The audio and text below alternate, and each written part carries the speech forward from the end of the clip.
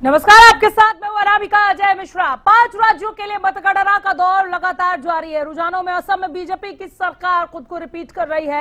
रुझानों में पहली बार पश्चिम बंगाल में बीजेपी को बहुमत मिलता हुआ साफ साफ नजर आ रहा है।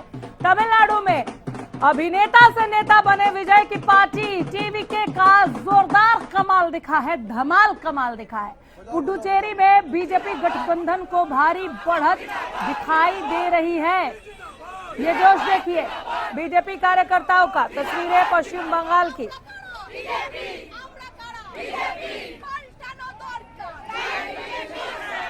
एक केंद्र शासित प्रदेश समेत 5 राज्यों में मतगणना और आगे चल रहे रुझानों को लेकर हम आपके साथ लगातार बने हुए हैं। असम में कांग्रेस चाह रही थी यहां पर वनवास खत्म कराना, लेकिन नहीं हो पाया। बीजेपी जबरदस्त बढ़त के साथ खुद को रिपीट करते हुए केरलम के आंकड़े भी आप तक पहुंचा रहे हैं। तमिलनाडु के आंकड़े आपके सामने हैं। तमिलनाडु में टीवीके ने जोरदार कमाल दिखाया है। अभिनेता से नेता बने विजय ने, उनकी नई नवेली पार्टी टीवीके ने यहाँ पर मुकाबला को पहले त्रिकोणीय बनाया और धीरे धीरे आगे बढ़ गए। बहुत जबरदस्त कमाल दिखाया है टीवीके ने यहाँ पर। और पश्चिम बंगाल में ये पहली बार होने जा रहा है कि बीजेपी यहाँ सरकार बनाएगी। बहुमत तक पहुंचने वाली है बीजेपी। उससे ज्यादा सीटें लेते हुए फिलहाल नजर आ रही है। मन बना लिया है पश्चिम बंगाल के लोगों ने कि डबल इंजन की सरकार चाहिए। अब यहाँ पर भी तख्ता पलट, ऐतिहासिक जीत के साथ बीजेपी यहाँ पर खड़ी होने जा रही है। टीएमसी के हाथ से बंगाल इस बार कुछ इस कदर फिसला जैसे कि मुट्ठी से रेत फिसल जाती है। खेला हो बेना, खेला हो बेना, खेला हो बेना कहते नहीं थकती थी ममता बनर्जी, लेकिन तृणमूल कांग्रेस को भारी झटका यहाँ पर लगता हुआ साफ नजर आ रहा है। खेला हो गया। 3 राज्यों में भाजपा को बहुमत मिला है। केरलम में कांग्रेस ने वापसी की। तमिलनाडु में टीवीके को ही लोगों ने अपना थलापति चुन लिया है। असम, पश्चिम बंगाल, पुडुचेरी, तमिलनाडु और केरलम 5 राज्यों की चुनावी तस्वीर साफ हो चुकी है। रुझान परिणाम में अब बदलने लगे हैं। एग्जिट पोल पलटते हुए दिख रहे हैं। 3 राज्यों में भाजपा को स्पष्ट बहुमत मिला। केरलम में कांग्रेस ने वापसी की है। तमिलनाडु में टीवीके को ही लोगों ने अपना थलापति चुन लिया है। कमाल कर दिया यहाँ पर नई नवेली टीवीके ने। अब बारी है विजय तिलक की, यानी उन चेहरों की जिनके सिर जीत का सेहरा बांधा जाएगा। असम में हिमंत बिस्वा शर्मा का नाम इसके लिए लगभग तय है। जीत का सेहरा पहनते हुए आप उन्हें देखेंगे। पुडुचेरी में एन रंगास्वामी भी सीएम पद के लिए फाइनल है। हालांकि पश्चिम बंगाल, तमिलनाडु और केरल में चेहरा कौन होगा ये फाइनल तो नहीं, मगर कुछ नाम है जो सीएम की रेस में सबसे आगे है। अभी रुझान आ रहा है, अभी वेट करिए। अभी क्योंकि लोगों की जो इच्छा थी वहाँ शासन बदलने की, तो शासन अभी रुझान आ रहा है, अभी वेट करिए। अभी क्योंकि लोगों की जो इच्छा थी वहाँ शासन बदलने की, तो शासन क्या असर तो होगा ना। पश्चिम बंगाल में आप कह रहे हो क्योंकि 15 साल हो गए थे उनको, अब यहाँ जो 11-12 साल हो गए, बल्कि फायदा होगा कांग्रेस को एंटी इनकम्बेंसी, क्योंकि किया ही कुछ नहीं उन्होंने। उनका क्या असर तो होगा ना। पश्चिम बंगाल में आप कह रहे हो क्योंकि 15 साल हो गए थे उनको, अब यहाँ जो 11-12 साल हो गए, बल्कि फायदा होगा कांग्रेस को एंटी इनकम्बेंसी, क्योंकि किया ही कुछ नहीं उन्होंने। रविंद्र सांगवान बीजेपी प्रवक्ता हमारे साथ इस वक्त जुड़ गए हैं और धीरे धीरे पैनल हमारा आगे बड़ा होगा। हम कांग्रेस के साथ भी जुड़ने की कोशिश कर रहे हैं, वरिष्ठ पत्रकार के साथ भी। जब तक जुड़ते हैं, आइए सांगवान साहब, बहुत ही गदगद और खिला हुआ चेहरा नजर आ रहा है आपका। नमस्कार सर।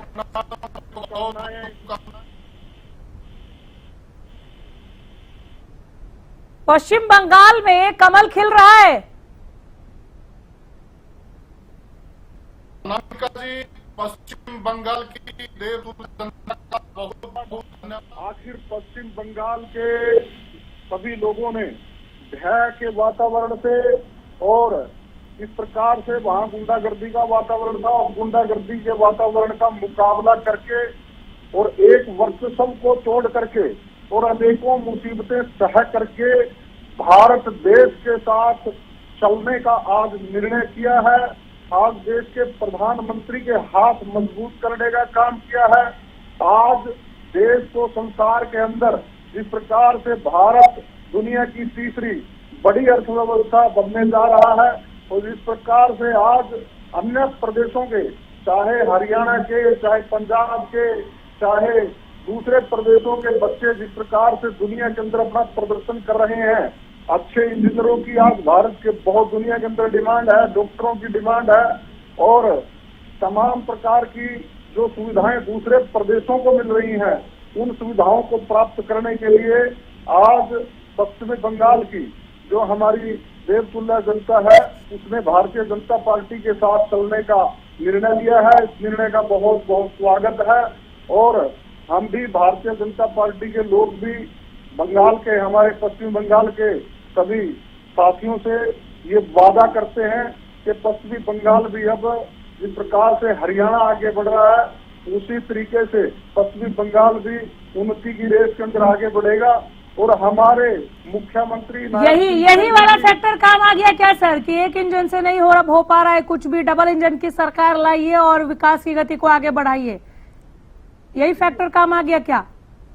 जी अनामिका जी, और इसके लिए मैं हरियाणा के अंदर भी जो पश्चिमी बंगाल के लोग यहाँ पर हैं और हरियाणा से माननीय मुख्यमंत्री जी के नेतृत्व के अंदर भारतीय जनता पार्टी के जो कार्यकर्ता वहाँ पर चुनाव के अंदर गए थे, उन सभी को भी बहुत बहुत शुभकामनाएं देता हूं। और यहाँ पर जो वहाँ के रहने वाले हमारे लोग हैं जो हरियाणा के अंदर रहते हैं, उन लोगों ने हरियाणा के मैसेज को वहां तक पहुंचाया कि आप भी डबल इंजन की सरकार अपने प्रदेश के अंदर बनाइए और केंद्र की सरकार के साथ मिलकर के चलिए। तो जिस प्रकार की नीतियां हरियाणा के अंदर महब सिंह सैनी जी दे रहे हैं, जैसे हरियाणा आगे बढ़ रहा है, जैसे हरियाणा की कार है, जैसे हरियाणा के अंदर मारुति की कारें, जैसे हरियाणा के अंदर हीरो होंडा की मोटरसाइकिलें, जैसे हरियाणा का चावल विदेशों के अंदर जाता है, ऐसे ही रहे हैं, ऐसी ही जो नीति है वो नीति पश्चिमी बंगाल के लोगों की समझ में आई और वहाँ की जनता ने आज माननीय प्रधानमंत्री जी के साथ चलने का निर्णय लिया।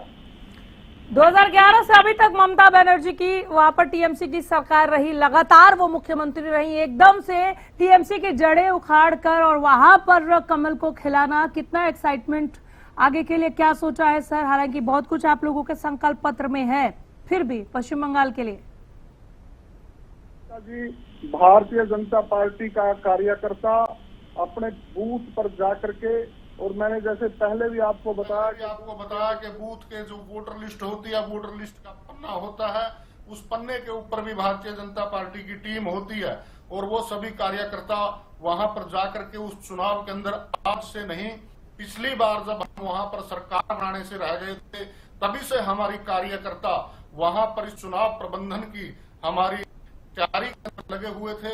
आज के इस दिन के वो इंतजार में थे, आज के इस दिन की लड़ाई कर रहे थे और ये 5 वर्ष के अंदर जो उन्होंने कठोर मेहनत की, मेहनत तो उन्होंने पीछे भी की थी लेकिन पीछे हमारी सरकार बढ़ते बढ़ते रह गई थी। आज वो 5 साल के अंदर जो उन्होंने सारी मेहनत की, निश्चित तौर पर पश्चिमी बंगाल के लिए माननीय प्रधानमंत्री जी ने एक एक सीट के ऊपर ध्यान दिया है।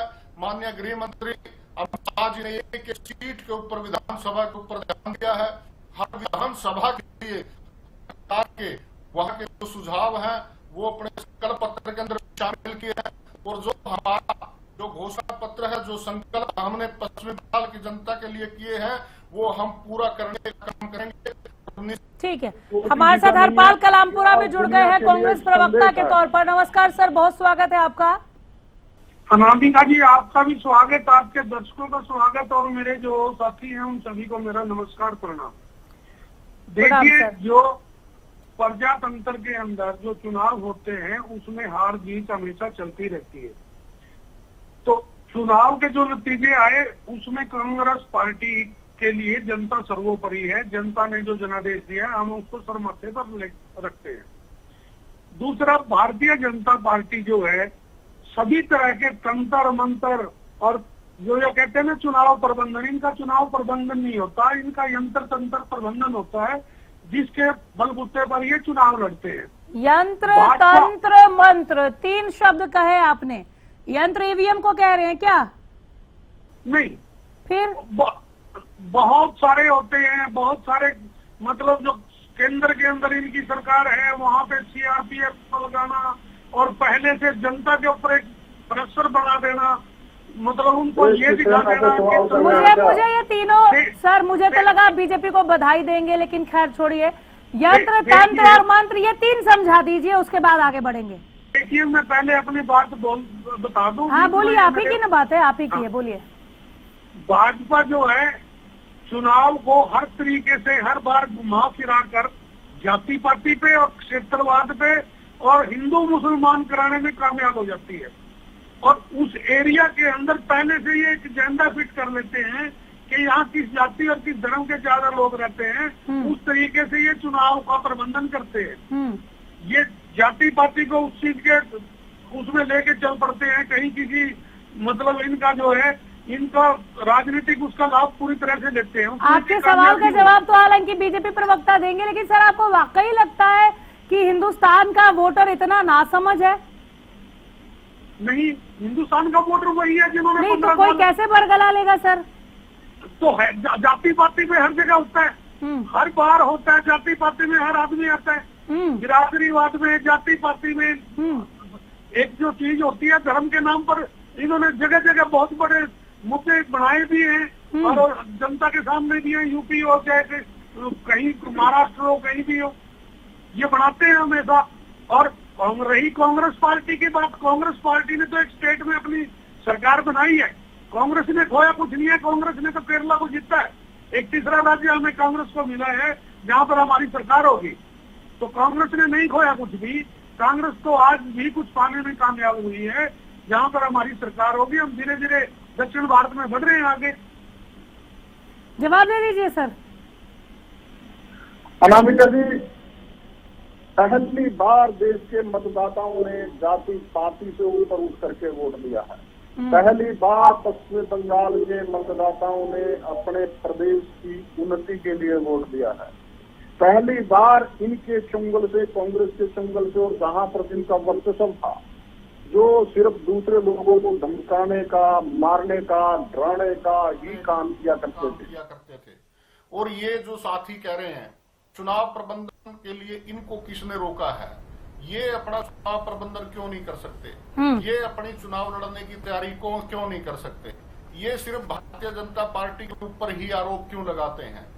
आपको रोका किसने है? आप पश्चिमी बंगाल के अंदर अपना संगठन क्योंकि आपको देश की जनता बार बार, प्रदेशों की जनता बार बार आपको एक सीधा सीधा मैसेज दे रही है। मैसेज ये दे रही है कि आप अपने नेतृत्व को बदल दो।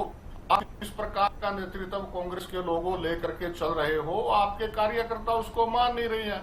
हरियाणा के अंदर भी क्या हुआ, हरियाणा के अंदर 9 विधायक भाग गए आपके, और वो 9 विधायक जो हैं वो सीधा कह करके गए हैं कि उनको जो आपका हरियाणा प्रदेश का नेतृत्व हुआ वो पसंद नहीं है। हरियाणा के अंदर आप तीसरी बार चुनाव आ रहे हो, हरियाणा के अंदर आप 12 साल से विपक्ष के अंदर बैठे हो, केंद्र का नेतृत्व ये कह रहे हैं कि इन्होंने खोया कुछ नहीं।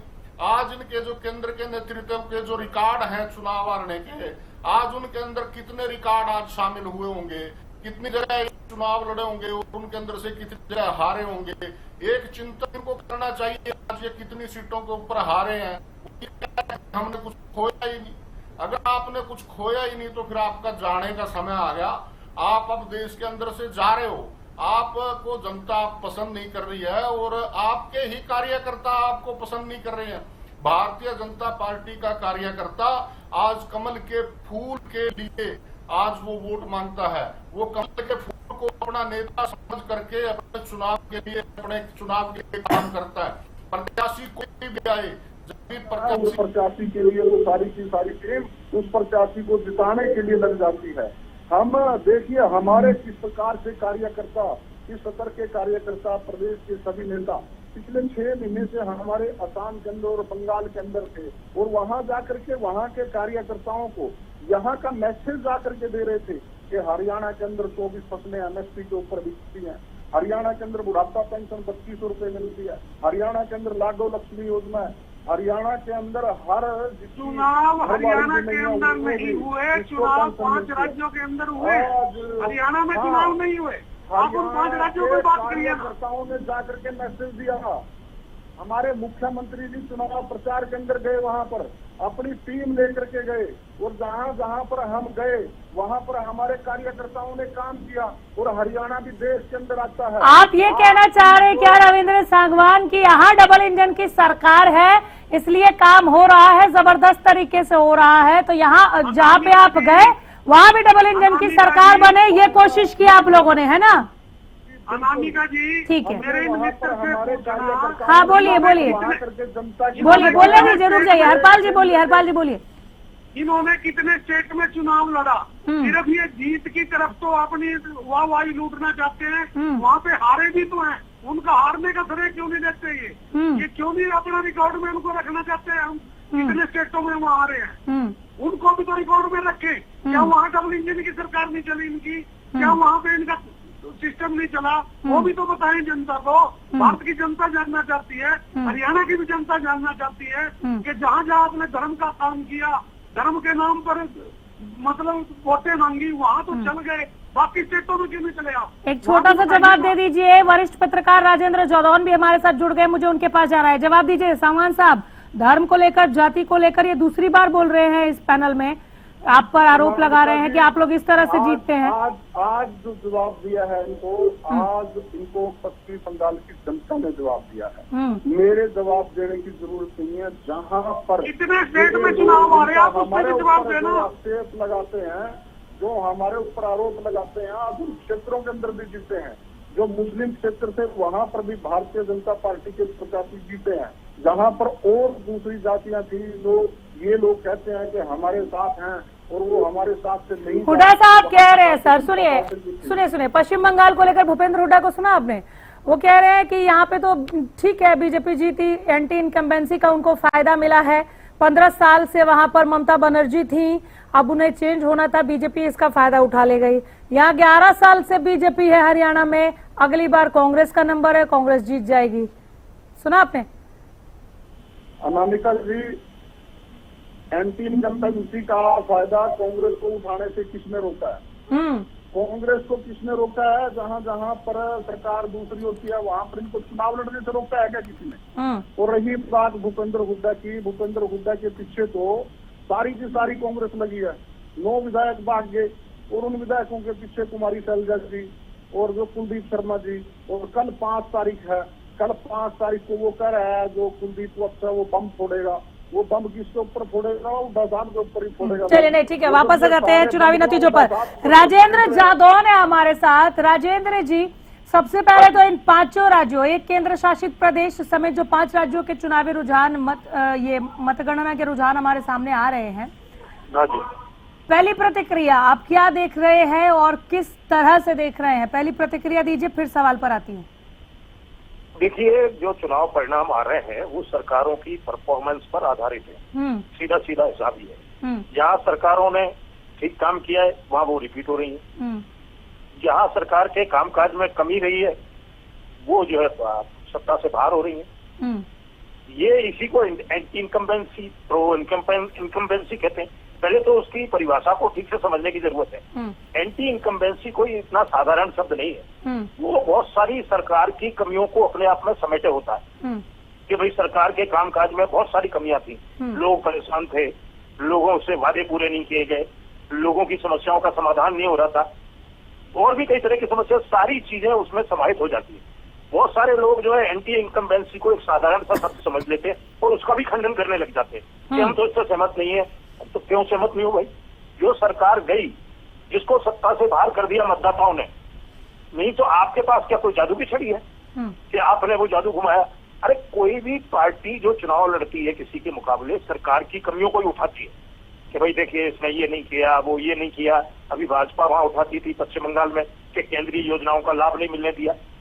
तो एक मुद्दा ये भी हो सकता है, बहुत सारे मतदाताओं ने सोचा हो कि ये सरकार जो है केंद्रीय योजनाओं से हमें जो राहत मिलनी थी उसके रास्ते में रोड़ा बन गई। और भी कई तरह की समस्या थी, करप्शन के इशू थे। एंटी इनकम्बेंसी एक व्यापक वर्ड है, उसका एक व्यापक अर्थ है।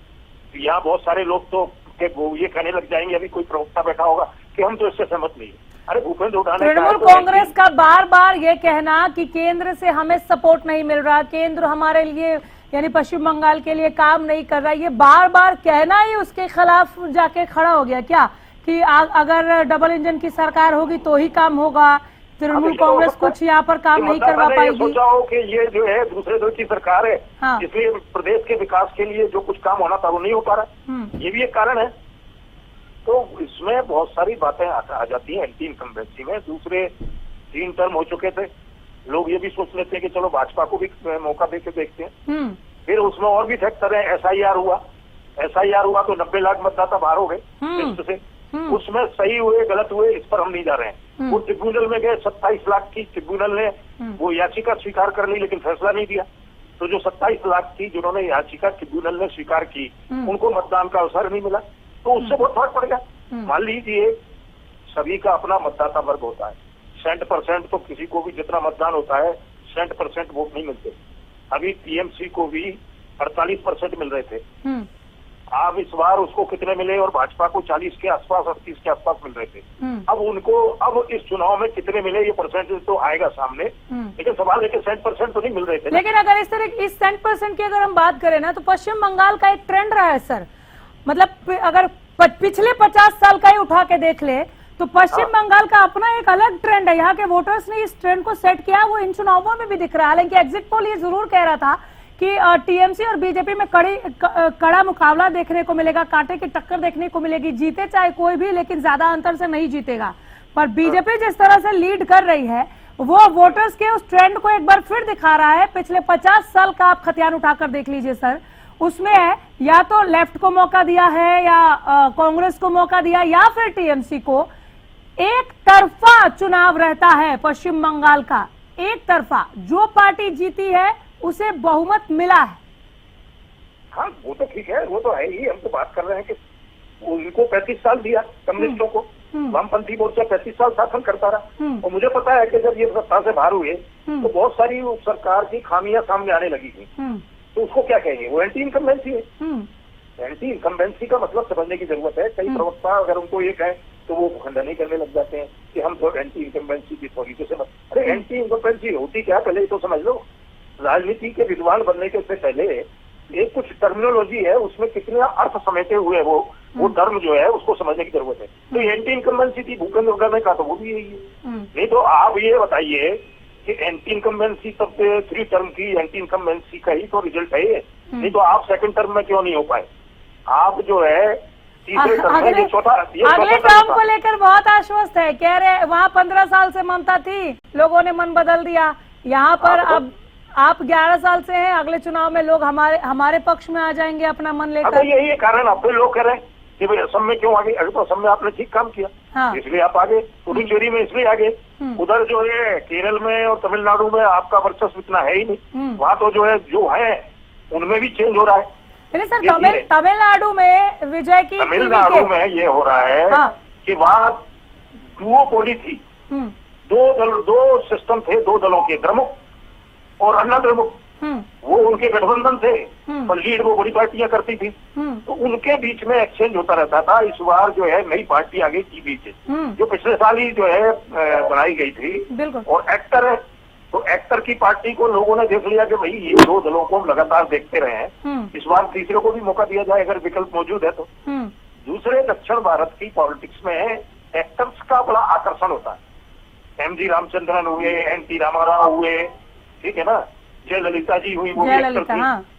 तो ये सब बड़ा जो है, एमजी रामचंद्रन की डेथ हुई, नेचुरल डेथ में ही लोग आत्महत्या करने लगे थे। कितने सम्मोहित थे वो लोग, उनके फॉलोअर्स, कि उन पर कितना बड़ा जादू था। जयललिता के लोग परेशान हो गए। बिल्कुल। तो ये है एनटी रामाराव के लिए परेशान। सरकार जब कांग्रेस से बर्खास्त कर दी थी तो कितना बड़ा आंदोलन खड़ा हो गया था देश भर में, और वहां की जनता ने भी बहुत साथ दिया और एनटी रामाराव की सरकार बहाल करनी पड़ी। ये बहुत बड़ा उदाहरण है लोकतंत्र के इतिहास में। लोगों ने कह दिया, मतलब आप ये कह रहे हैं कि लोगों ने अब ये समझ लिया है कि द्रमुक अन्ना द्रमुक से अब काम नहीं चलेगा, अब हम मौका देंगे किसी और को, और वो कोई और टीवी मौका दिया जाए, विकल्प को देखा जाए वो क्या करता है, और उनका संकल्प पत्र भी उन्होंने देखा होगा। देखिए कई फैक्टर काम करते हैं, कोई एक फैक्टर नहीं। आपका संकल्प पत्र ठीक है, आपका ट्रैक रिकॉर्ड ठीक है, आप मतदाताओं को ठीक काम करते हैं। जैसे इन्होंने महिलाओं को पश्चिम बंगाल में ज्यादा मानदेय देने का वादा कर दिया था, तो ममता बनर्जी की सरकार तो दे ही गई थी, लक्ष्मी भंडारे क्या नाम उन्होंने रखा हुआ था, वो उस योजना के तहत दे रही थी, पर इन्होंने 3,000 रुपए देने का वादा किया।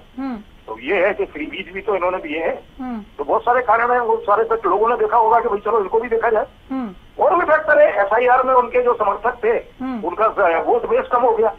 तो बहुत सारे फैक्टर मिलकर चुनाव जीता जाता है। अगर ये सब नहीं होता तो फिर पार्टियां ये सब नहीं करती, तरह तरह के मुद्दे उठाती हैं, कमियां दिखाती हैं, अपने वादे करती हैं, अपना ट्रैक रिकॉर्ड दिखाती हैं कि हम वादे पूरे करते हैं, हमने जो कर लिया वो संभव है, वो पूरा किया जाएगा, एक एक वादा पूरा किया। तो वो सारे कारण होते हैं। इन सब कारणों को मिला के एक फैक्टर वो भी है जो आपने बताया कि केंद्रीय जो मदद मिलनी चाहिए योजनाओं के अंदर वो नहीं मिल पा रही थी। पश्चिम बंगाल का पैसा वैसा रुका हुआ था, कई जो है वो डबल इंजन की सरकार ठीक नहीं, लोग ये दोनों तरफ से सुनने लगे ना। अब यहीं से मुख्यमंत्री हरियाणा के CM गए, नायब सिंह सैनी रोड शो किया, जनसभा उन्होंने किया, यहाँ से कार्यकर्ता भी गए और बार बार ये कहा गया कि देखिए हरियाणा में किस तरह से विकास का पहिया तेज गति से घूम रहा है क्योंकि डबल इंजन की सरकार है। और वहां पर लोगों ने इसे हाथों हाथ लिया, ऐसा लग रहा है इन रुझानों में। दूसरा, ममता दीदी किसी भी मंच से या किसी भी मौके पर ये कहते नहीं थकती थी कि केंद्र हेल्प नहीं कर रहा, केंद्र सपोर्ट नहीं कर रहा, पश्चिम बंगाल के साथ नाइंसाफी हो रही है। लोगों ने इसे समझ लिया कि किस तरह से अपने हक में काम लेना है। क्या ये रुझान यही चीख के बता रहे हैं? देखिए, ये तो होता ही है, जनरली ये होता है। वहां तो जैसे कि वो जो है गवर्नर बैठे हुए थे पहले, वो जो है मोर्चा खोले रहते थे सरकार के खिलाफ। देखिए, ऐसा है कि फैक्टर यही है, आप ये नहीं कह सकते कि वहाँ कोई संवैधानिक मशीनरी फेल हो गई थी। अगर फेल हो गई थी तो फिर वहाँ गवर्नर बैठे हुए क्या कर रहे थे, जो संविधान के प्रमुख है और केंद्र सरकार के प्रतिनिधि भी है वो, तो वो जो ऐसा कुछ नहीं कह सकते। यही फैक्टर है सरकार की परफॉर्मेंस। और जो आपने बताया ये भी फैक्टर है कि आजकल किसी को एक कमजोरी बता दो वो सोचेंगे इसको छोड़ो, ताकतवर वो है उसके साथ जाना है। ये भी फैक्टर काम करता है। तो वो ये है डबल इंजन का, उनको लगा होगा कि प्रदेश का विकास ठीक से होगा, सारी योजनाओं का लाभ हमें मिलेगा, ये भी हो सकता है। कई बार ये है कि क्षेत्रीय दल, छोटे दल फिर इसलिए सर्वाइव नहीं कर पाते कि केंद्र की सत्ता का अगर सहयोग नहीं मिलता संघीय ढांचे में तो मजबूरन जो है मतदाता भी उधर खिंच जाता है। लेकिन कांग्रेस एक बड़ी पार्टी है, दो टुका ये कांग्रेस पर भी बात कर लेते हैं। चुनाव के दरमियान जब ये प्रचार प्रसार चल रहे थे तब राहुल गांधी ने भी मंच से ये बात कही कि दीदी ने अच्छा काम नहीं किया बंगाल में, इसलिए बीजेपी वहां पर आने जा रही है। ये पहले ही उन्होंने कह दिया था। सर, कांग्रेस को किसने रोका था? क्या राहुल गांधी को किसी ने रोका था? ये किसी ने पूछा ही नहीं राहुल गांधी से कि आप क्यों नहीं आ सकते अगर दीदी ने अच्छा काम नहीं किया तो। दूसरा, आज हुड्डा साहब कह रहे हैं एंटी इनकम्बेंसी का फायदा वहां पर बीजेपी को मिला। और जब इस पे प्रतिक्रिया ले रही हूं तो रविंद्र सांगवान जो अभी पैनल में हमारे साथ बीजेपी स्पोक्स पर्सन जुड़े हुए हैं वो कह रहे हैं कि रोका था क्या किसी ने हुड्डा साहब को, कांग्रेस को वहां पर एंटी इनकम्बेंसी का फायदा लेने से। तो कांग्रेस जो इस तरह की बयान दे रही है, मैच्योर लग रहा है सर इस तरह की बयानबाजी? नहीं, वो तो ऐसा है। कांग्रेस का बेस जो है वो तर्क देने के लिए पॉलिटिकल बयानबाजी में आप कुछ भी कहते रहिए। हाँ। कांग्रेस का बेस पहले ही सिमट चुका है वहाँ जो है 80 के बाद ही सिमट गए, तो क्या कर लेंगे? जैसे यूपी में नहीं कर पाते तो तमाम जो है वहाँ जो है समाजवादी पार्टी की सरकार गई, बीजेपी आ गई। तो वो काम करना पड़ता है और उतना बेस आपका होना चाहिए, सब जगह नहीं हो सकता। ये है वो पश्चिम बंगाल है, वो केरल की बात अलग है, तो वहाँ आप आगे ठीक है। तो वो कई जगह आपने लूज कर गया, तो वहाँ तो बड़े बड़े वादे किए गए थे, कई बार ऐसा भी हो जाता है। राजस्थान में इन्होंने बड़े वादे किए थे। राजस्थान में जो मुफ्त इलाज योजना थी उसमें गहलोत सरकार को जिन्होंने हराया और बीजेपी आई, भजनलाल सरकार आई, तो उन्होंने वादे किए थे कि हम 25 लाख रुपए का 50 लाख रुपए का इलाज फ्री कर देंगे। तब भी लोगों ने भरोसा नहीं किया। ये सब बातें देखिए जनता के मूड पर निर्भर करता है। हम तो उसमें कारण तलाश करते हैं कि कारण क्या है, हम देखते हैं, कुछ फैक्टर होती भी है और हम वैज्ञानिक धरातल पर ही बात करते हैं। लेकिन क्योंकि हम ये कह दें कि जनता का मूड ऐसे ही बदल गया तो ये तो कोई आधार नहीं बनता। कहना तो पड़ेगा कि तथ्य क्या है। तथ्य ये है कि वादे अच्छे हैं, पिछली सरकार के वादे थे लेकिन उनमें कुछ कमियां रही, तो बहुत सारी बातें हैं। अब ये कई बार क्या होता है कि राजेंद्र जादौन से इत्तेफाक रखते हैं आप? नहीं, इन्होंने जो बात कही है कई बातें हैं। चुनाव में एक फैक्टर नहीं होता, हार का तो बहुत सारे फैक्टर होते हैं, बहुत फैक्टर होते हैं हार के। तो सरकार की कमियां रही होंगी लेकिन लोगों ने इनको अभी तक देखा नहीं उस साइड में। अब इनको देख लेंगे किस तरह से ये क्या करते हैं। क्या दिखेंगे सर? अब एक चीज बताओ, इन्होंने तमिलनाडु के अंदर भी चुनाव लड़ा होगा, इन्होंने केरला के अंदर भी चुनाव लड़ा होगा, वहाँ इनकी डबल इंजन की सरकार क्यों नहीं बनी? वहाँ क्यों नहीं लोगों पे इफेक्ट गया इस चीज का? वहाँ भी मतलब चुनाव तो लड़े हैं इन्होंने, एनडीए में भी चुनाव लड़ा है केरला में, वहाँ विपक्ष के नेता तक भी नहीं बन पाएंगे। ये सिर्फ ये डबल इंजन वाला काम नहीं आ रहा सर वहाँ पे, रविंद्र सांगवान जी। अनामिका जी देखिए, पहली बात तो ये है कि जो सेंटर की जो पॉलिसीज होती हैं वो पॉलिसी सबको मिलती है। आज अनामिका जी हम इतनी बढ़िया बढ़िया सड़कों के ऊपर चलते हैं, आज वंदे भारत ट्रेन चलती है, आज वंदे भारत जो ट्रेन है वो श्रीनगर तक जाने लग गई है। आज प्रधानमंत्री जी की जो उड़ान योजना है उसके अंदर जो 2100-2200 रुपए के अंदर आज एरोप्लेन के अंदर व्यक्ति सफर कर सकता है, 1100 में सफर कर सकता है। आज किसानों को सम्मान निधि मिलती है। ये तमाम प्रकार की योजनाएं हैं, सबका डायरेक्ट बेनिफिट मिलता है। केवल दिक्कत एक आती है कि जब कहीं पर वर्चस्व हो जाता है और वर्चस्व के बाद वो व्यक्ति अपने आप को बड़ा मानने लग जाता है और ये जो लोग हैं फिर ये अपने आप को प्रधानमंत्री के कैंडिडेट समझने लग जाते हैं। फिर ये अपने आप केंद्र से टकराव करने लग जाते हैं। चाहे दिल्ली की सरकार का उदाहरण ले लीजिए, चाहे इनका पश्चिमी बंगाल का उदाहरण ले लीजिए, चाहे इस समय जो पंजाब के अंदर चल रहा है, ये अपने आप केंद्र की योजनाओं से केंद्र से टकराव लेने लग जाते हैं और उसके बाद अपने स्वयं की जो घोषणाएं हैं करके स्वयं की अपनी नीतियां बना करके प्रदेश को बर्बाद करने लग जाते हैं। लेकिन आज तो जनता जो है, आज एक प्रदेश का व्यक्ति दूसरे प्रदेश के अंदर भी जाता है, उसको सब नजर आता है। आज पश्चिमी बंगाल का व्यक्ति जब वो आज एरोप्लेन के अंदर चल करके दिल्ली आता है या आज जब वो हरियाणा को देखता है, दिल्ली को देखता है, यूपी को देखता है, आज उसको पता नहीं क्या जब पश्चिमी बंगाल के साथ कितनी दूर है, यूपी कितनी दूर है, बिहार है, वो सब जब पॉलिसीज को देखते हैं तो उनकी समझ में आती है बात कि भारतीय जनता पार्टी नरेंद्र मोदी जी का साथ देने के लिए वहाँ के लोगों ने निर्णय लिया है। रही बात मेरे कांग्रेस के साथी की, कांग्रेस एक बहुत बड़ी पार्टी थी जो आज सीमित होकर सिर्फ 2-3 प्रदेशों तक इनका संगठन रह गया है। भारतीय जनता पार्टी के संगठन ने और भारतीय जनता पार्टी ने माननीय नरेंद्र मोदी जी प्रधानमंत्री जी के नेतृत्व के अंदर आज हमने बहुत अच्छा प्रदर्शन देश के अंदर किया है। आने वाले समय के अंदर जो पंजाब के अंदर चुनाव है, पंजाब भी इसी प्रकार से माननीय प्रधानमंत्री जी के साथ चलेगा। और ऐसे ही जिन प्रदेशों की बात कर रहे हैं उन प्रदेशों के अंदर भी तमाम सारे देश के अंदर भारतीय जनता पार्टी आती जा रही है और ये कांग्रेस के लोग जाते जा रहे हैं। समझ में इनकी फिर भी नहीं आ रही है। ये सिर्फ ये कहते हैं कि भारतीय जनता पार्टी वहाँ काम करने से रहेगी, वहाँ काम करने से रहेगी। आप क्या कर रहे हो भाई? आप इतनी बड़ी पार्टी थे, आपने इतने साल देश के अंदर राज किया। मैं लूंगी उनकी बात का जवाब लूंगी मैं आपसे, हरपाल जी से जवाब लूंगी। आप उनका सवाल जो था उस पर भी 2 टूक बोल दीजिएगा। सवाल ये था कि तमिलनाडु में या फिर केरल में कमल खिलाने से आप कैसे चूक जा रहे हैं? बहुत हद तक आप वहां पहुंच गए थे। पहले जरा राज्य मंत्री गौरव गौतम को सुन लेते हैं, फिर मैं आप सबके पास वापस लौट कर आती हूँ। बने रहिएगा ना हुई है और खास बातचीत करने के लिए हमारे साथ गौरव गौतम मौजूद हैं। सर क्या कुछ कहेंगे? सबसे पहले तो नतीजे जो है सामने आ गए हैं। ऐतिहासिक दिन है और ऐतिहासिक क्षण है। पश्चिम बंगाल में आज भारतीय जनता पार्टी की नरेंद्र मोदी जी के नेतृत्व में सरकार अब बनेगी और ममता बनर्जी की गुंडागर्दी, तानाशाही, अत्याचारों से अब बंगाल मुक्त होगा। राम राज की तरफ अब बंगाल चलेगा और घुसपैठियों का राज अब बंगाल में नहीं, भारत के और बंगाल के लोगों का राज अब बंगाल में चलेगा और उसको ममता बनर्जी की अत्याचारी सरकार को बंगाल के लोगों ने उखाड़ फेंका है। अब बंगाल तेज गति से विकास में आगे बढ़ेगा। सर क्या कहेंगे किस प्रकार की स्ट्रेटजी रही, क्योंकि इतना लंबा समय से जो उनका वहां पर राज चल रहा था उसको कितना चैलेंजिंग रहा वो, और किस प्रकार से देखते हैं इस जीत को? बंगाल के लोगों ने उसको उखाड़ के फेंका है और नरेंद्र मोदी जी और अमित शाह जी और नितिन नवीन जी, हमारा राष्ट्रीय नेतृत्व किस प्रकार से स्ट्रेटजी से लेकर मेहनत तक, भारतीय जनता पार्टी का हर कार्यकर्ता जिसके मन में ये किस प्रकार से पश्चिम बंगाल में सरकार आए उसके लिए मेहनत हो, उसके लिए स्ट्रेटजी हो, सारे काम किस प्रकार के बंगाल की जनता का मन और दिल जीता जाए, वो जीतने का काम नरेंद्र मोदी जी ने किया है। ममता बनर्जी की तरफ से भी आरोप जो है सामने आने लग गए हैं। पहले सेंटर को लेकर बातचीत कर रही थी, अभी ईवीएम को लेकर बातचीत कर रहे हैं, तो क्या कुछ कहेंगे? ममता बनर्जी का रोना अब शुरू हो जाएगा। एक कहावत है कि खिसियानी बिल्ली खंबा नोचे, अब वो इसी प्रकार के रोना रोएंगे ईवीएम का ही। और ईवीएम का रोना केरल के लिए नहीं रोएंगे, पश्चिम बंगाल के लिए रोएंगे।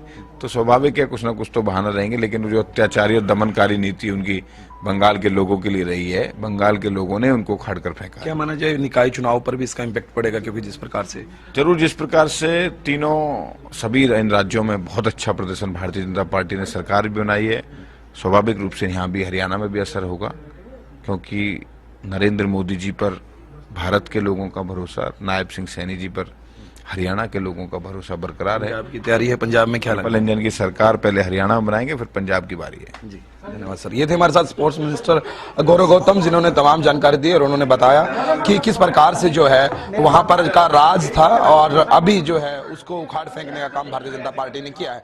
वीडियो जर्नलिस्ट जसवीर के साथ प्रदीप शोकंद, हरियाणा। रविंद्र जी एक बार फिर आ जाती हूँ, छोटा सा बोल दीजिए जो जवाब सुनना चाह रहे हैं हरपाल जी कि केरल में डबल इंजन की सरकार वाला फैक्टर काम क्यों नहीं आया आपके, तमिलनाडु में ये काम क्यों नहीं आया? अनामिका जी, हमें देश के अंदर तीसरी बार सरकार बनाने का मौका मिला है। देश की जनता ने तमाम प्रकार की विपरीत स्थितियां आई, देश के अंदर कोविड भी आया, उस कोविड का मुकाबला भी हमने किया और अन्य प्रकार की भी बीच में दिक्कतें आई। तीसरी बार देश की जनता ने भारतीय जनता पार्टी के ऊपर विश्वास किया और सबसे पहले तो मैं आपको बताना चाहूंगा कि भारतीय जनता पार्टी की सरकारें जहां जहां चल रही हैं वहां पे एंटी इनकम्बेंसी जो है, एंटी इनकम्बेंसी को दूर करके सरकारें चल रही हैं। हरियाणा के अंदर बहुत अच्छा परफॉर्मेंस हमारी सरकार दे रही है, यूपी के अंदर बहुत अच्छा परफॉर्मेंस भारतीय जनता पार्टी की सरकार दे रही है। और ये एक नैरेटिव जो था कि जहां पर सरकार 2 बार 3 बार रह जाती है वो सरकार उसके बाद चली जाती है, उनके खिलाफ लोग हो जाते हैं, ये भारतीय जनता पार्टी की सरकारें इस नैरेटिव को तोड़ने का काम कर रही हैं। हमने बहुत अच्छा परफॉर्मेंस किया है और इस प्रकार से सारे प्रदेशों के अंदर हम सरकार बनाते जा रहे हैं। हमारा जो काम है निश्चित तौर पर ऐसी बात नहीं है, केरल के अंदर, तमिलनाडु के अंदर वहां भी हमारे कार्यकर्ता अच्छे तरीके से काम कर रहे हैं। आने वाले समय के अंदर अभी देख लीजिएगा, अभी पंजाब भी जो है वो भारतीय जनता पार्टी के साथ चलेगा, जैसे दिल्ली भारतीय जनता पार्टी के साथ चली है ऐसे ही पंजाब भारतीय जनता पार्टी के साथ चलेगा। और जहां जहां भारतीय जनता पार्टी की सरकारें बहुत, मैं जहां पहुंचना चाह रही हूँ ना सर, मैं पहुंच नहीं पा रही हूँ। अब सुनिए, एक बार फिर से सुनिए, केंद्र की पॉलिसीज तो सबके लिए एक ही होती है ना सर, जहां आप हैं जहां आप नहीं है वहां के लिए भी तो पॉलिसीज लाते हैं ना आप लोग केंद्र में, सेंटर में। वहाँ इनको हार की जिम्मेवारी भी लेनी चाहिए ना दोस्तों की। हाँ, तो जो ये डबल इंजन है इसको थोड़ा क्लियर कर दीजिए, फिर मैं जाऊँ। आ रही हूँ हरपाल जी, सुन लीजिए, आप ही के सवाल का जवाब ले रही हूँ मैं। अनामिका जी, मैं वही बात आपको कह रहा हूँ कि हम बहुत अच्छा परफॉर्मेंस कर रहे हैं। हम जैसे दूसरे प्रदेशों के अंदर अच्छा परफॉर्म कर रहे हैं, इन प्रदेशों के अंदर भी हम अच्छा परफॉर्म करेंगे। हमारा संगठन बहुत अच्छे तरीके। ठीक है हरपाल जी, चिंता मत कीजिए, वहाँ भी कमल खिलाएंगे। सुना आपने? कमल खिलेगा, कमल खिलेगा, खिला होगा। तमिलनाडु में कितने खिले हैं? जब तक ये कमल खिलाएंगे तब तक पंजाब के पीछे लगा हुआ है। पंजाब से अब केरल जैसे आ गया ना हमारा, अब धीरे धीरे। अनामिका जी एक बात बताओ, पहले जनता ने साफ कर दिया, पंजाब देश की जनता ने साफ कर दिया, साफ। अभी केरला में 3 जगह के लिए तो बधाई दे दीजिए प्रभु, 3 जगह के लिए तो बधाई दे दीजिए। 2 के लिए सवाल पूछ रहे हैं, ठीक है, उसका जवाब भी उन्होंने 3 बार दे दिया। 3 जगह के लिए बीजेपी को बधाई की पात्र है कि नहीं बीजेपी? बधाई मैं आपको विस्तार से बताता हूँ। हाँ, पहले तो ये कहते हैं कि कांग्रेस पार्टी स्पिरिट तो रखिए सर कुछ। सांगवान जी, कांग्रेस पार्टी थी नहीं, कांग्रेस पार्टी है, क्योंकि अभी उन्होंने केरल चुनाव जीता है और आगे बढ़ रही है कांग्रेस पार्टी। और दूसरी बात, हमारे पास ईडी नहीं है, हमारे पास सीबीआई नहीं है, हमारे पास वॉशिंग मशीन नहीं है। जो पहले आप दूसरी पार्टियों को तोड़ते हो, तोड़ के अपने पास उनको मिलाते हो, फिर उस वॉशिंग मशीन में धो के जो भ्रष्टाचारी है उनको साफ बना लेते हो। अब आपने पंजाब में चुनाव है, आपने आम आदमी पार्टी को तोड़ दिया। जिनको सभी को भ्रष्टाचारी बताते थे, आपको अपनी पार्टी में मिला लिया। थोड़े दिन बाद उनको वॉशिंग मशीन में धुलकर उनको इतना साफ सुथरा बता देंगे कि ये तो बहुत अच्छे लोग हैं क्योंकि अब बीजेपी में आ चुके हैं। इससे पहले आपने पिछले चुनाव में तृणमूल पार्टी को तोड़ा था, वहां से जितने उसके अच्छे अच्छे नेता थे वो तोड़कर, आपके पास कोई विचार नहीं है, आप सिर्फ पार्टी तोड़ने में माहिर हैं। ऐसा कोई सा स्टेट नहीं जहां अपने पार्टियों को ना तोड़ा हो, पार्टी के लीडर तोड़ के अपने पास ना मिलाए हो, उनके दम पर अपने चुनाव ना लड़े हो, दूसरी पार्टी के नेताओं को तोड़कर। भारतीय जनता पार्टी के पास कोई नेता नहीं है, विचार नहीं है, आपके साथ आए उनके लोग, आप दूसरी पार्टी के नेताओं को तोड़कर पार्टी में मिला देते हो। देश पार्टी देश क्योंकि आपके पास सीबीआई है, आपके पास ईडी है, आपके पास दूसरे लोग भी तो प्रयास कर सकते हैं कि आम आदमी पार्टी के लोग कांग्रेस के अंदर शामिल हो सर जाए। सर अभी तक केवल ईवीएम की बात होती थी, आप ईडी सीबीआई कहाँ पहुंच गए हरपाल जी? इस तरह की संस्थाओं को इस तरह से राजनीति में घसीटना, आप लोग बहुत पुरानी पार्टी है सर, ये शोभा देता है? अनामिका जी देखिए, ये हमेशा दुरुपयोग करते हैं। पहले एक आदमी में भ्रष्टाचार के आरोप लगाते हैं, इन्होंने लगाई महाराष्ट्र में लगाए, जिन्होंने इन पे महाराष्ट्र में लगाए, बाद में उन्होंने डिप्टी सीएम बनाया, फिर वो कैसे ठीक हो गया, फिर उसके भ्रष्टाचार कैसे खत्म हो गए, फिर कहाँ गई वो न्यायिक संस्थाएं, कहाँ जाती है? अब पंजाब में आम आदमी पार्टी का देख लो, जैसे इन्होंने सीबीआई के दुरुपयोग से केजरीवाल के ऊपर भ्रष्टाचार के आरोप लगाए, उनको जेल में रखा, न्यायालय ने उनको बरी कर दिया। इसी तरह वो बंदर उठा को न्यायालय में बरी कर दिया। ये सिर्फ नेताओं पे आरोप लगा के उनको अपनी आओगे, रुक जाइए सर, राजेंद्र जादौन से होते हुए आऊंगी। हाँ ठीक है, बाद में ठीक है सर, ठीक है, रुक जाइए, थोड़ा थोड़ा कीजिए, बहुत सारा इकट्ठा हो जाएगा तो थोड़ा रह जाएगा। राजेंद्र जादौन, सुन रहे थे आप हरपाल जी को? इससे पहले इन्होंने यंत्र तंत्र मंत्र से ही शुरू किया था बीजेपी को। मैं 3 लाइन बोल देती हूँ, फिर आप अपनी राय रखिए सर। यंत्र तंत्र मंत्र बीजेपी का हथकंडा है और इसीलिए वो जीत जाते हैं, इन्होंने पहले ये कहा था। दूसरी लाइन इन्होंने ये कहा था कि ये धर्म और जातिवाद की राजनीति करते हैं और वहां से ये वोट चुरा ले जाते हैं और जीत जाते हैं। अभी इन्होंने ईडी और सीबीआई का ये तीसरा चैप्टर भी जोड़ दिया ईवीएम के साथ साथ। इस तरह से ऐसी संस्थाओं को क्वेश्चन करना, हार जाने पर, जहां हार जाते हैं वहां पर, जब जीत जाते हैं वहां नहीं क्वेश्चन किए जाते हैं, वहां पर ये संस्थाएं ठीक होती हैं। हाँ राजेंद्र जी, जादौन जी। हाँ जी, देखिए ऐसा है कि ये पॉलिटिकल बयानबाजी है, इस पर तो मैं कुछ नहीं कहूंगा, क्योंकि इनकी अपनी राजनीतिक व्याख्या है। मैं तो ये कहूंगा कि आप जहाँ हार गए, जो पार्टी हार गई उसको जनादेश सम्मान के साथ स्वीकार करना चाहिए, नंबर 1। नंबर 2, बैठक बुला के मंथन करना चाहिए कि उनकी सेवाओं में कहाँ कमी रही, कहाँ रह गए। आप पूरे लोकतांत्रिक बनिए और लोक सेवी बनिए। अगर आप लोक सेवी रहेंगे तो लगातार आप सत्ता में रह सकते हैं। आपके हाथ से सत्ता चली गई, आप वापस हासिल कर सकते हैं, बजाय इसके कि वो बहाने ढूंढे। बहाने मत ढूंढिए, ये कोई रिश्तेदारी का मामला नहीं है कि कहीं रिश्तेदारी में आपकी जो है तौहीन हो गई, बात बिगड़ गई है। अरे ये सार्वजनिक रूप से आपकी हार है तो पूरा देश देख रहा है, और आप हार गए और आपके शासन को भी लोगों ने देखा है। आप जनादेश को सम्मान पूर्वक स्वीकार कीजिए, उससे जो जनता के प्रति घटता विश्वास है आपका, उसमें कुछ कमी आएगी। जनादेश को अगर आप स्वीकार करते हैं तो जनता ये मानेगी कि हमने जो फैसला किया है उसको इन्होंने स्वीकार तो किया, और फिर बैठ के मंथन कीजिए कि आपकी सेवाओं में क्या कमी रही। आप संवैधानिक तरीके से चलिए, किसी वर्ग विशेष की तरफ रुझान मत बनाइए। आप सभी को, भारत के नागरिकों को समान समझिए। सबको जो संविधान में आजादी दी हुई है वो बराबर से दीजिए, किसी तरह का भेदभाव नहीं होना चाहिए। किसी को आप ज्यादा प्यार करोगे, परिवार में बिल्कुल शुरू हो जाता है। जो 4 बेटे अगर एक पिता के हैं, अगर उनमें आपने 2 बेटों को ज्यादा प्यार किया तो वो दूसरे बेटे जो है खड़े हो जाते हैं आजकल तो पिता के खिलाफ। तो ये आप हर अपने प्रदेश के नागरिक को भी ऐसे ही समझिए, सबको बराबरी का सभी तरह का अधिकार है और सब योजनाओं का लाभ सबको बराबरी से मिलना चाहिए, और जो ज्यादा गरीब है, उसको कमजोर है, उसको ज्यादा महत्व मिलना चाहिए। तो बैठ के आप मंथन कीजिए, बजाय इसके कि आप तमाम बहाने ढूंढने लग जाए कि ये रह गया वो रह गया। ऐसा कुछ नहीं होगा।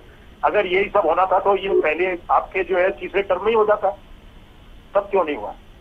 अभी आपके चौथे टर्म में ही क्यों हो रहा है?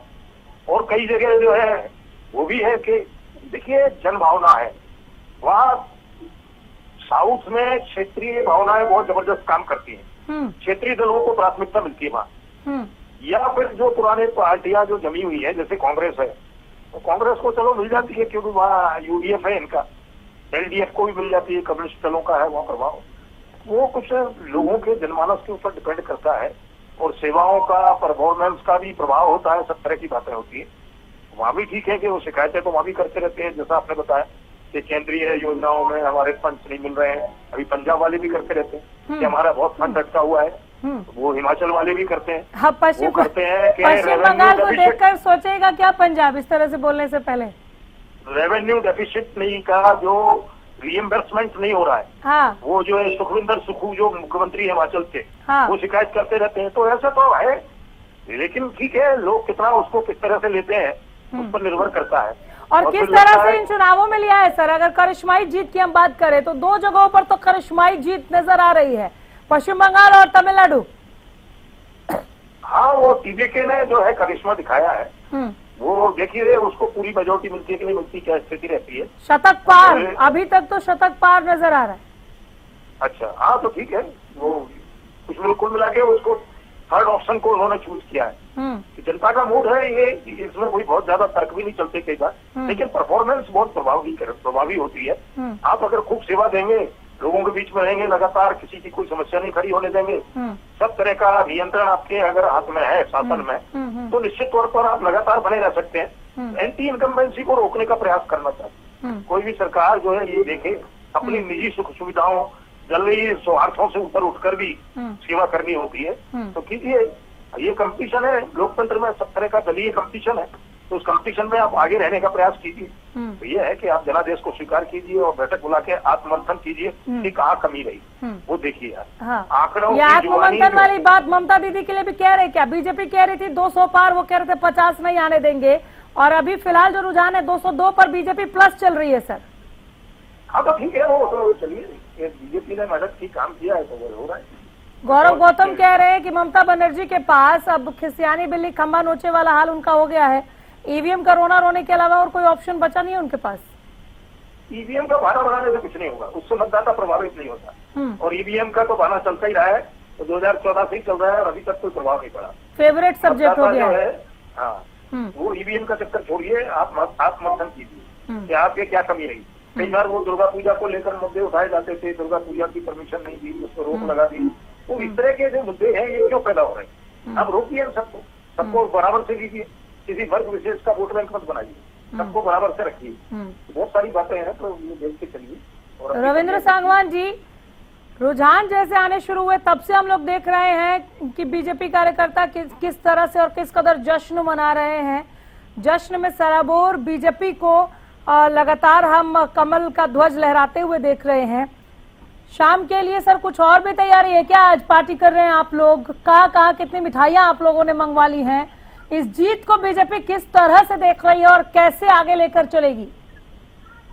अनामिका जी, पहले तो जो कांग्रेस के साथी बोल रहे थे, मैं सिर्फ 2 ही जवाब देना चाहूंगा।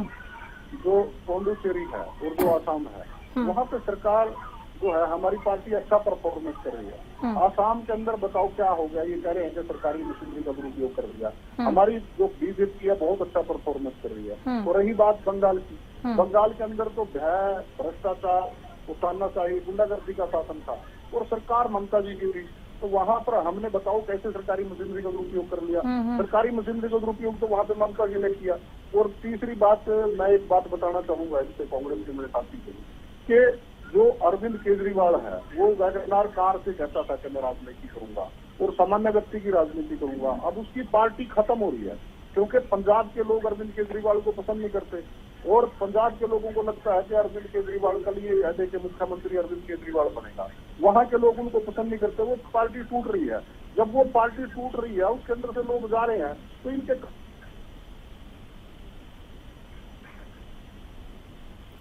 चलिए, इनकी आवाज आनी बंद हो गई।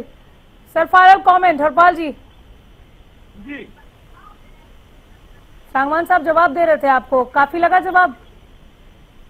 नहीं, सांगवान साहब तो वहाँ के बारे में तो कुछ नहीं बोले, तमिलनाडु और केरला के बारे में बिल्कुल बोले हैं। वहाँ पे वहाँ के लिए वहीं के लिए तो शुरू किया उन्होंने। और यही तो बात है ना सर, ध्यान नहीं देते आप लोग, और दूसरी ध्यान नहीं देते और फिर बीजेपी को कांग्रेचुलेशन भी नहीं बोलते। और रही बात दूसरी, हाँ। जैसे अभी ये कह रहे हैं कि पार्टी टूट गई, पार्टी तोड़ी किसने? हाँ। पार्टी तोड़ कौन रहा है? और हाँ। मैं तो आपके चैनल से कह रहा हूँ कि चुनाव से पहले ये पंजाब को भी तोड़ेंगे। उस प्रयत्न में लगे हुए हैं ये। आपको पहले से पता है? ये जैसा इनका पिछला इतिहास देखा जाए तो वो इतिहास आगे दोहराएंगे, क्योंकि जो एक आदमी की मन की जो सोच हो जाती है वो हर जगह चालू होती है सोच। आप लोग तो मजबूती से विपक्ष में बैठे हैं, अगर आपको ऐसी कोई शंका लग रही है तो आप लोग क्या कर रहे हैं? नहीं, हम तो जोर शोर से बीजेपी का जश्न देख रहे हैं बैठ के। नहीं, हम देख नहीं रहे, हम लगे हुए हैं, जनता के बीच में हैं। हर समस्या, हरियाणा के अंदर भी हर समस्या को उठा रहे हैं, गली गली जा रहे हैं, कुत्ते जा रहे हैं। जहाँ पे ये बेअदबी कोई भी करते हैं, हम पूर्ण जो जनता के साथ खड़े होते हैं। हाँ। चाहे इन्होंने घोटाले किए हो, चाहे इन्होंने कोई भ्रष्टाचार किया हो, चाहे कोई जनहित के मुद्दे के काम ना किए हो, हर जगह कांग्रेस पार्टी अपनी जिम्मेवारी निभा रही है। जनता आपके साथ नहीं खड़ी हुई ना, चाहे वो पुडुचेरी हो, चाहे वो असम हो, केरल बिल्कुल आप लोगों के हाथ में आ गया है, लेकिन पश्चिम बंगाल में आपने कोशिश भी नहीं की सर। नहीं, पश्चिम बंगाल में तो देखो कोशिश भी की है। हाँ। वहाँ पे भी हमारे विधायक आए हैं। कहाँ तो दो और कहाँ 203 सर, ये तो मतलब गिनती में भी नहीं है ना अभी। लगे हुए ये अच्छी बात है, लगे हुए। तो चलिए, बहुत शुक्रिया आप तीनों का, बहुत धन्यवाद पैनल का हिस्सा बनने के लिए और इस तमाम बातचीत के लिए। आगे फिर से जुड़ेंगे, तो लगातार हम मतगणना और जो रुझान है और जो नतीजे निकलकर सामने आ रहे हैं वो लेकर आपके साथ बने हुए आगे भी बने रहेंगे। देखते रहिए हरियाणा न्यूज। नमस्कार।